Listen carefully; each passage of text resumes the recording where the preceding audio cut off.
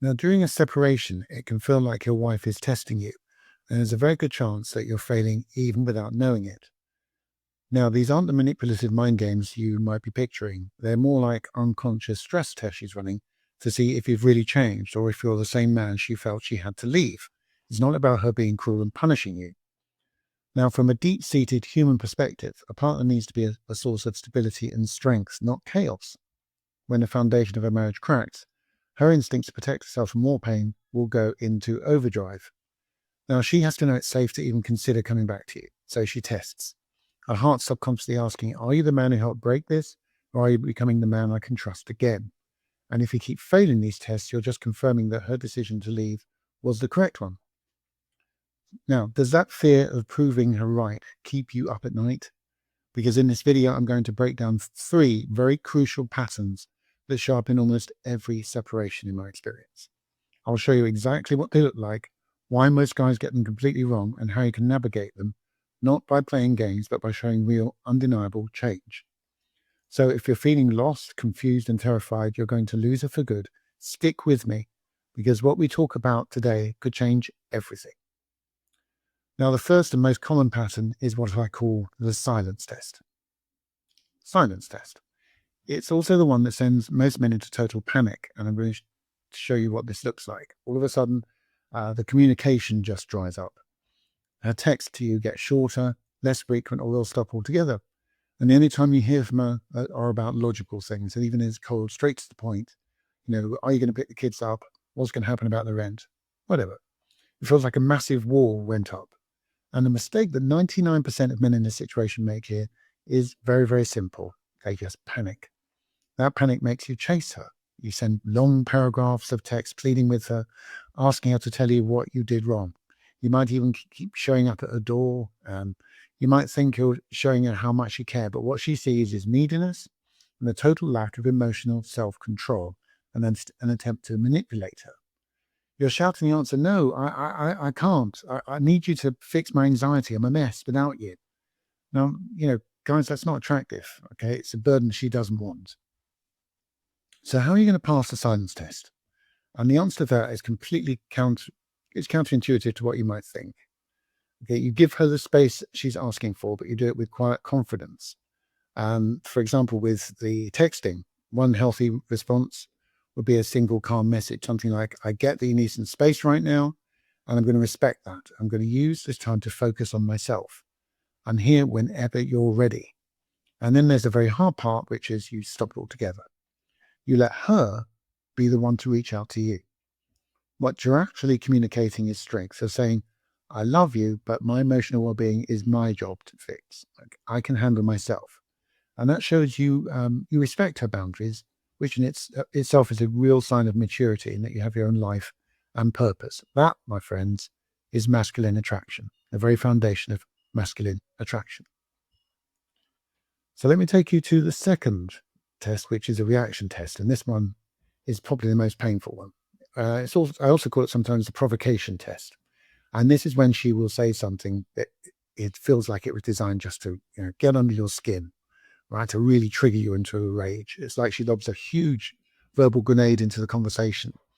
The type of thing. It might sound like, I'm not even sure if I ever really loved you, she might say. Or the big one, I'm thinking about seeing other people. Or I'm so much happier and calm when you're not around. This is designed to rattle your cage. And the common mistake is to react exactly how she subconsciously expects you to. That is, you get defensive, you get angry, you try to argue the feelings away with logic. You failed the test. You just confirmed her belief that you're emotionally volatile and can't handle those difficult and hard conversations with the maturity that she needs. Because here's what's happening under the surface. She's checking your emotional strength. She needs to know whether you can be a calm and steady anchor when seas get rough. It's a lot. So how do you pass the reaction test? Well, the quick answer to that is you have to master the art of non-reactive response. It's an art form. It's non-reactive response. It doesn't mean that you become a robot and shut down. It doesn't mean that you let her emotions just shut down your own. All it is, it means it's the pause and pivot. Firstly, you take a breath. You know that little space before you respond? That's where you keep your power. Then just validate her feeling in this situation without necessarily agreeing with it. A neutral type of response is something like, I can hear how much pain you must be in to say that. It's hard for me to hear, but I understand you're speaking your truth and I'm going to give you space to do that. Okay, it's a very, very difficult thing. Or she's not sure. Or she might say, yeah, she might say, I'm not sure she loves you. A good response to that is that I understand how you might feel right now and why you feel that way. And I'm not going to change your mind. I know I can't do that right now, but I'm going to keep working to become a man you could love again. So you're showing that the emotional state doesn't have the power to break yours. Right? That's what emotional leadership looks like, and she'll find it incredibly reassuring and attractive. How are you doing? I know that hearing all of this is one thing, but actually doing it when you're in the heat of the moment or the heat of battle with her is something else entirely. And if you're struggling and need a step-by-step plan to get through this, I put together a free guide and I call it the 6-Day Marriage Rescue Plan that breaks down the critical first moves you should take to just stop that damage and start rebuilding the foundations of your relationship. And you can download it for free at the link in the description below. Okay, no obligation. All right, let's go to the third test, which I think is the toughest overall, even despite the reaction test. This third one is called the consistency test. It's the longest, slowest moving, it's the most important, and you'll get the least immediate effect from it. The consistency test. It's a single event. It's a long-term goal. And you deploy this when things have calmed down a little bit. Okay, you may have showed her or told her that you were going to change. You said you'll start that therapy or consult a really good coach. Work on your temper or be a more present father. It's just her testing you by watching to see whether you actually deliver on what you're promising to do. And you need to do that when no one else is watching. And this is where a lot of guys make a big mistake because they'll literally be looking for her approval. It's a grand gesture trap. You think you can fix all these issues with one big dramatic move and keep telling her about it. Now, she might temporarily think, oh, yeah, he's going to therapy. He's really showing he loves me.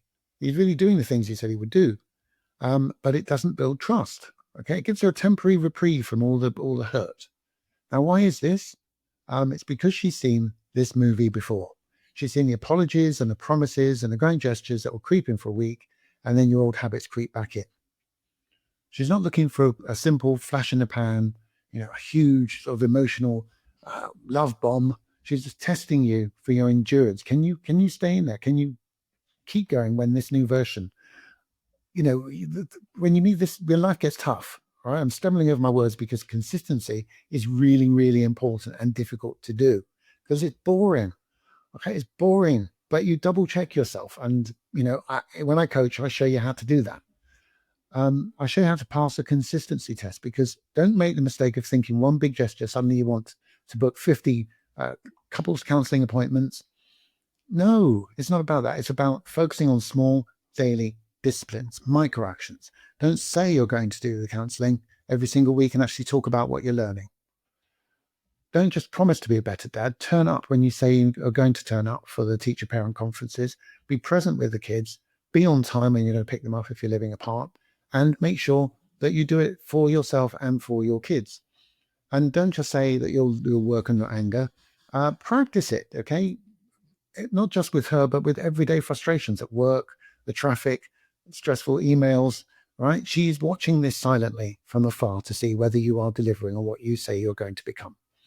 Every moment's part of the test, and you pass not by trying to impress her, but you commit to your own growth, okay? For your own sake, the goal here is to become a better man, a better father if you have kids, and a better husband with her or with someone else if this relationship breaks down. Okay, it's not about whether she comes back to you. It's not about whether she says you've done a really great job. Okay, but the magic here is that when she sees that you've actually delivered on your promises, okay, and the change is dependent on her approval, that it's a real transformation that you've committed to do for you, that is when deep, genuine trust can start to grow again. So I'm going to recap these three big shifts, these three patterns that I want you to deploy if you're serious about trying to save your relationship. The first is silence test. That you can pass by giving her space with quiet confidence, not by chasing her down in a panic. The second is a reaction test, where you pass by keeping calm, validate her feelings, and hold your ground with strength, but don't react. And thirdly, the boring one, but the very important one. 1 and 2 are completely dependent on this. That is the consistency test, where you pass with small micro actions, self-improvement, no big empty gestures. Now, this is not manipulation.